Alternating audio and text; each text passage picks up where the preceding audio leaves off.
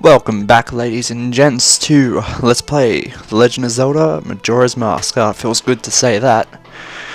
Alright, so in the last episode we started the game off with the villain taking our horse and our ocarina, so we pretty much got jumped. But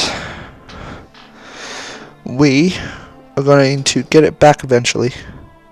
Eventually, not right now though. Maybe a little later on. And we walked through a very random, twisted hallway. So we're going to continue. It's a bit loud. We're going to continue on.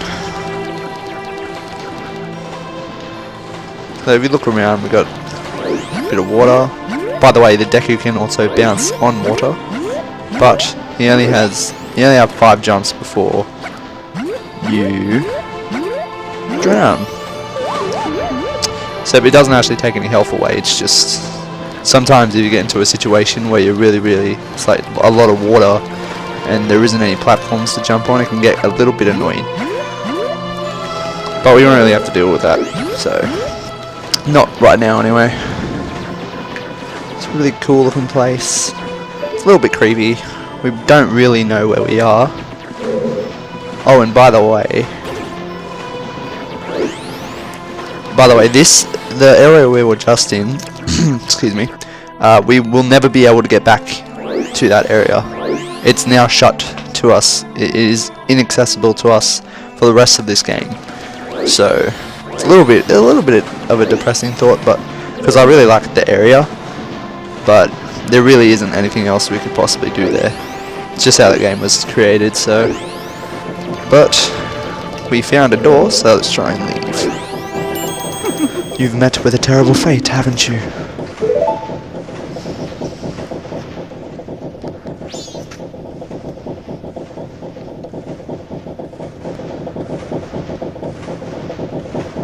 I own the Happy Mouse shop. I travel far and wide in search of masks. During my travels, a very important mask was stolen from me by an imp in the woods. So here I am at a loss, and now I've found you. Now, don't think me rude, but I have been following you. For I know of a way to return you to your former self. If you can get back the precious item that was stolen from you, I will return you to normal. In exchange, all I ask is that you also get back my precious mask that the imp stole from me. What? Is it not a simple task? Why, someone like you should be by no means a difficult task. Except, the one thing is, I'm a very busy fellow, and I must leave this place in 3 days. How grateful I would be if you could bring it back to me before my time here is up. But yes, you'll be fine. I see you are young and tremendous courage. I'm sure you'll find it right away. Well then, I'm counting on you. Yeah, so this guy pretty much gave me nightmares. This guy was actually one of the reasons I stopped playing this game for a little bit, because he just creeped me out that much. I actually have nightmares about this guy. I think he's just super creepy, and he's really mysterious. There's nothing. He's very random person. He doesn't really do. He seems more important in the game than he actually is. But cool thing, he's got a lot of cool masks. There's a couple masks here that kind of, like, we'll see a mask similar to that. The stone one right there, we'll see one later on in the game that's similar to that one. And the one that everybody knows about, not that one, that one's kind of creepy. The one everyone knows about is the Mario one, just there on the left, top left. That's always the really cool throwback to Mario. And then there's kind of like a weird looking falcon one. A lot of them seem like some weird kind of wrestling masks. Oop. Excuse me. And then this mask right here is especially. It's a symbol that we'll see a lot later on in the game. Yeah, it's actually a symbol that will be on an item that we'll get later on in the game. So if you remember that mask, you'll see it later on. But yeah, we'll stop wasting some time. We'll get the hell out of here, away from this creepy dude. Dawn of the first day. 72 hours remain. South Clocktown. Here we go. We're finally getting introduced to the main area of the game. This is pretty much where you do most of everything in the game, pretty much. Your side quests, your main storyline. He gave me the creeps. That masked salesman was the... Sorry, just thinking out loud.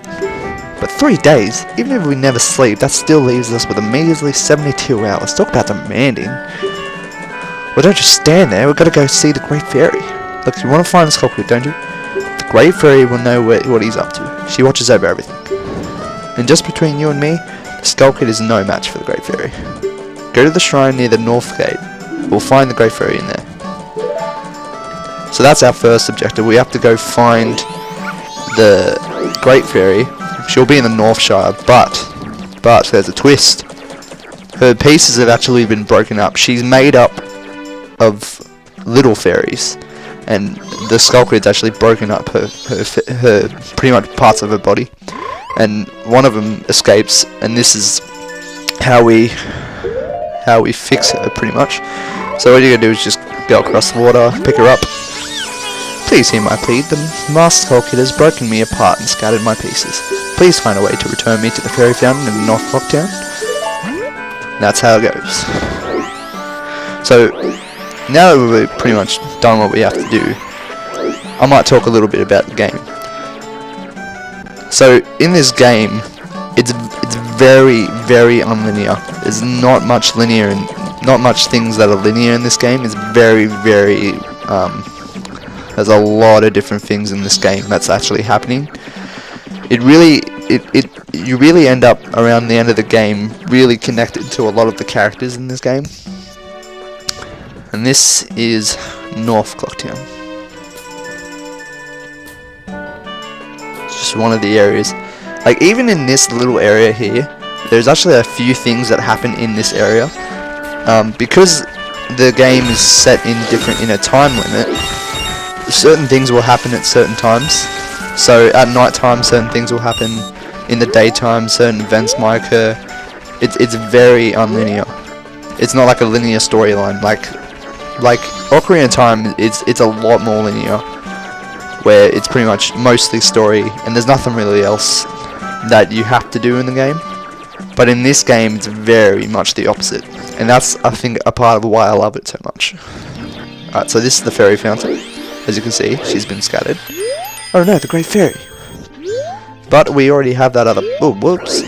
We already have that other part of the fairy, so... Here we go.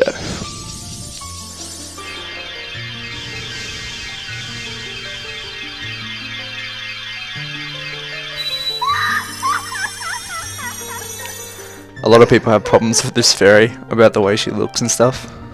It's just really creepy. Tattle, and you, young one of the altered shape.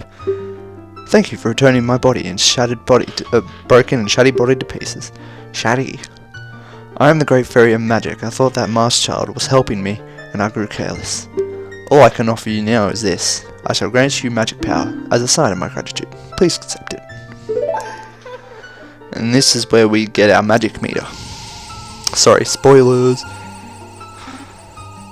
But yeah, this is where we'll get eventually we will get a ability from this. So we're not just getting a random magic meter where we can't use anything. We do actually get an ability from this. Yay! You've been granted magic power. In your current form, press B to shoot bubble blasts. And that's what we get. We get some bubble blasts. It's a bit of a funny... It's a really funny, like, thing, but it is kind of effective. The man who lives in the observatory outside of town may know of the Skull Kid's whereabouts. But be careful. You must not underestimate that child's powers, kind one. If ever you are returned to your former shape, come see me. I shall give you more help.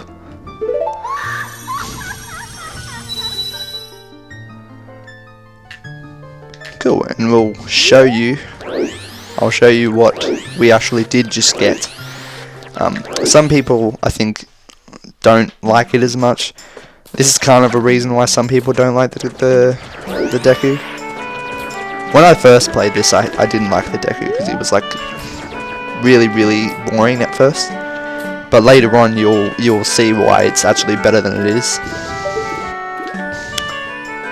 Okay, so basically what we just got was bubble power. So basically we're allowed to. Basically we can shoot bubbles. They're actually more effective than it seems, but pretty much we can shoot bubbles and to attack enemies and stun enemies and all that kind of stuff. But further on, so what you have to do now, you kind of just get jumped into a random situation where you don't really know what you're supposed to do next. So really, you kind of like, when you first play this, kind of like, I don't know what to do now. But if you can see, this kid right here, he's using some kind of spit thing. Oh, I didn't want to talk to you. He's using like something to try and blow this Majora's Mask bubble. Or balloon, sorry. And what you have to do is pretty much blow it up for him because he can't do it. But, twist, he didn't want you to do it, he wanted to do it himself. So he's pissed off, and now we gotta talk to him.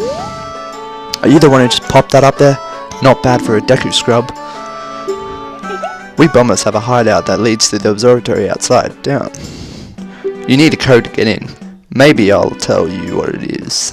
But don't think getting it that easy. I can't just tell you what the code is. You have to pass my test first. Are you ready? We say yes. Alright, line up boys. Can't read today. If you can find all 5 of us by tomorrow morning, I'll teach you the code. Are you ready? That guy kind of missed the memo. But anyway.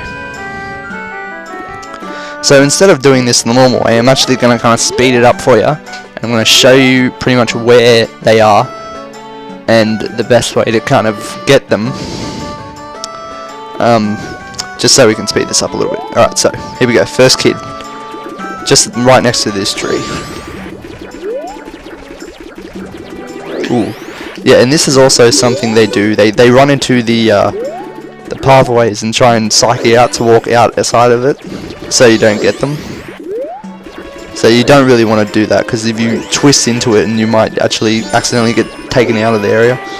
Ah, where'd he go? Oh my god, I've just lost him. Oh, there he is. Come here, you son of a bitch. Come here. Sometimes this is getting really annoying. Oh, there you go. Ah, you caught me. Now there's only 4 left. So that's the first kid.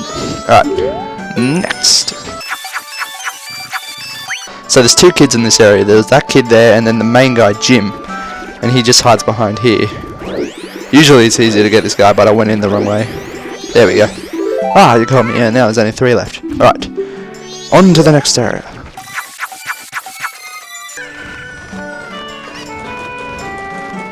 And this is what we call East Clocktown. So basically there's going to be different areas of the town. They'll pretty much be shown as different points in the compass. That kid over there is not one of the kids we're trying to find. He's the guy that blocks the observatory. That is the way to the observatory. Alright. This is the 3rd kid. He sits up here and he flies off with a freaking chicken. If you can get him. This guy can be pretty hard to get because he runs around like all over the place. And he tries to psych you out by taking you where that chicken is. An easy way to actually do this is to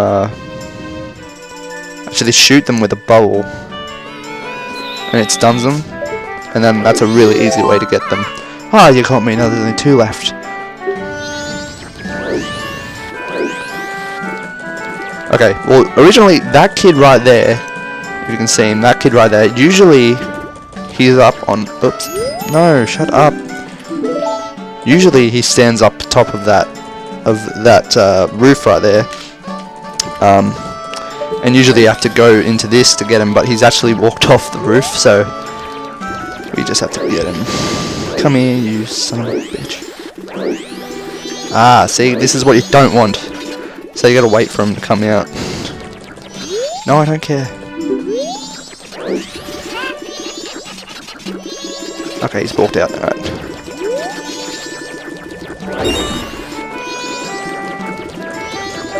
Oh my god, he's going crazy.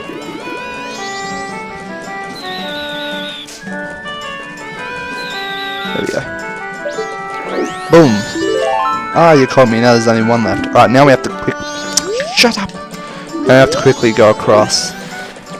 Gotta go back into the main part, South Clocktown, and then we're gonna go back into the next area, which will be West Clocktown. And this is where the last kid is.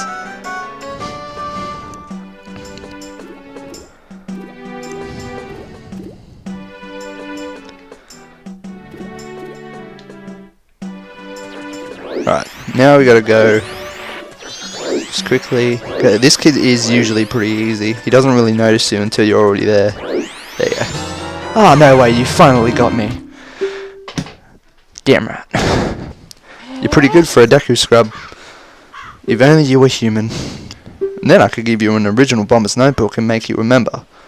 What do you think, guys? No way, no scrubs. I guess not. Once we let some kid who wasn't human join our gang, and boy did we ever regret it. Sorry.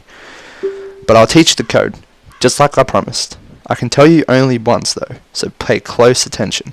Alright, now this is the point where you kind of want to get something to write on, because this code you will never be able to actually, you'll have to remember what the code is to actually get into the place. So get a piece of paper, some pen, a pen, and then just get ready to write. Are you ready? Yes, we are. Alright, so they're revealing the numbers. Alright, so we got 5. Whoops, that's a weird 5. 5, 3, 1, 4, 2. Alright, so I've got it written down, so I won't forget. The code is 53142. The entrance to our hideout is in East Clocktown, where I showed you guys. That is just one of the many side quests that's in this game. Like, I think this game, oh, there we go. You hear the clock, that's when it's about to strike 6 PM. And it will do that all the time. I think it doesn't matter where you are. I think it only does it when you're in the main area. Because if you're in a dungeon, it doesn't happen, only that happens. Night of the first day, 60 hours remain. Alright, so what we want to do next is we want to go to East Clocktown, and we want to go give the kid the code, and then that's how we'll get into the observatory. Speak. If you want to pass through here, you have to have the secret code. What's the code? Well, the code is 53142. That's right. If you know the code, then you're a member, right? Okay, here you go.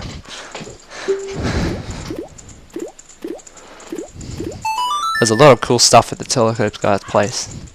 Oh yeah, and the Bomber's Secret Society of Justice Forever. Yeah, so this is how we get into the observatory. Now, this place is pretty creepy, but we're not going to. I think this is going to be a good place to end the video. So in the next episode, we're going to explore this observatory, and we're going to see what comes next. Catch you in the next video, guys. Keep it gaming, my friends. Have an awesome day. Peace.